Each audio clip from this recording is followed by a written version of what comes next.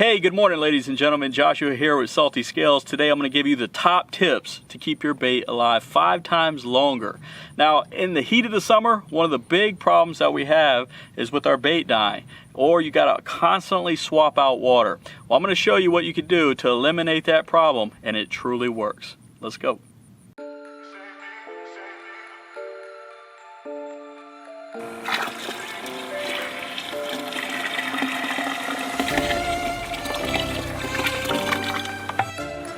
Alright, so have you ever ran into a problem with your bait dying prematurely? I think we all have at one time or another. And if you're down here in the summer heat in Florida or anywhere with tropical climate, you're going to run into this issue. There's 3 primary factors that cause your bait to die.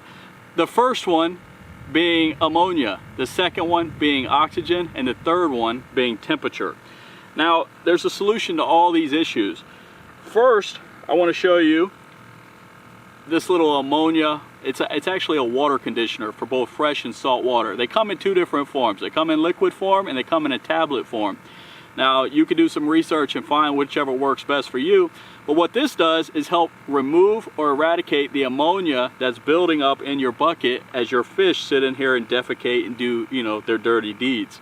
So with just a couple drops of this good stuff, and you don't need a lot for this little bit of water. You usually literally take the cap and use the lines to get a few milliliters of this conditioner and pour it directly into your bait. And what that's going to help do over time is prevent the water from getting all nasty and filled with ammonia and ultimately starving your bait of oxygen. Hey guys, this stuff's called Prime. I'll leave it down in the link down in the description. You can get it right off Amazon or at your local pet shop. So very, very simple remedy to remove and to help detoxify the ammonia out of your bucket. The very next thing that's going to prevent your bait from thriving is oxygen. Now, we're all familiar with these little bubblers, and the bubblers work fine. The problem is the little stones.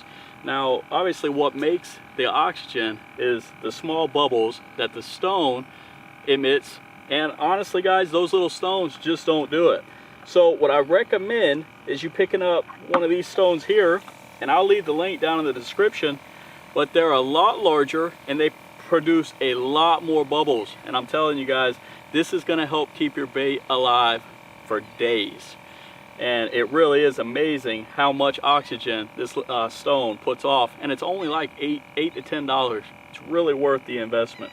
So actually take a closer look. I'll show you the kind of bubbles that this thing's putting off. It's truly impressive.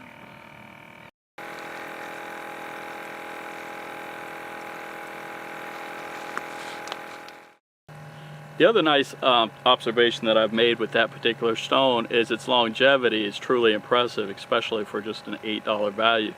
It sticks to the bottom of the bucket, so it stays down, and it just produces oxygen in a lot larger area and ultimately keeps these fish, shrimp, and all other crustaceans in beautiful form.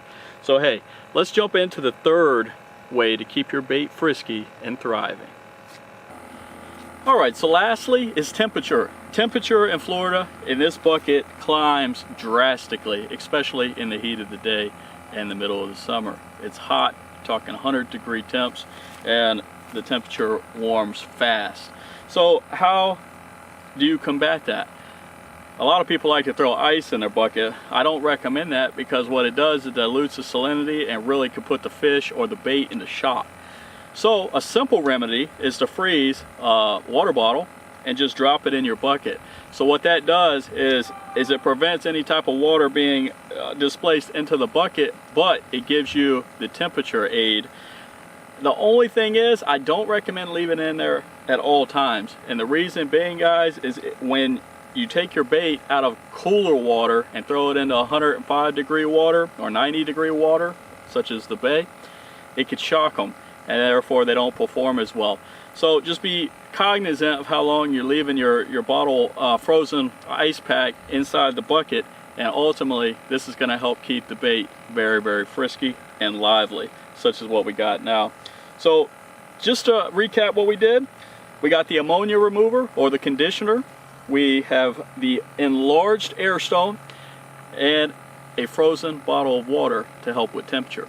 If you like this video, please give a thumbs up, comment below. How do you keep your bait alive when on the go? Hey, if you're new to the channel and you like these little tidbits, make sure you subscribe. We have a bunch more. And until next time, guys, I'll see you on the water.